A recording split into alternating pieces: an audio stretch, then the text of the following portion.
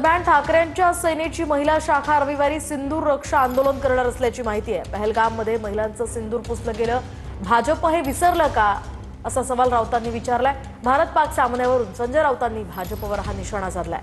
तर खून और क्रिकेट हे एकत्र कसं असा सवाल सुद्धा त्यांनी विचारलेला आहे। भाजपनं आता विरोध करण्यासाठी तोंड उघडावं असंही राऊत म्हणाले। वॉटर ट्रीटी रद्द केली, सिंधू नदीचं पाणी पाकिस्तानला देणार नाही। प्रधानमंत्री म्हणाले खून और पानी एक साथ नहीं बहेगा। आमचा प्रश्न आहे, मग खून और क्रिकेट एक साथ कैसा खेलेगा?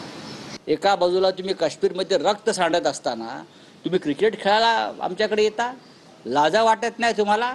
हाच प्रश्न भारतीय जनता पक्षाला आहे। अरे तोंड तरी उघडा, विरोध तरी करा। हिंदुत्ववादी आहात ना? शिवसेना माननीय उद्धव ठाकरे यांच्या नेतृत्वाखाली बाळासाहेब ठाकरे यांची शिवसेना हे सहन करू शकत नाही। महिला आमच्या रस्त्यावर येतील। तुम्हाला धर्म आणि देश आज आठवतो?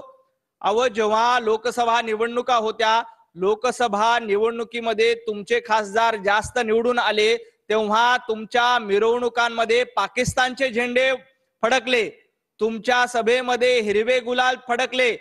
आणि आज तुम्हाला देश आठवतोय?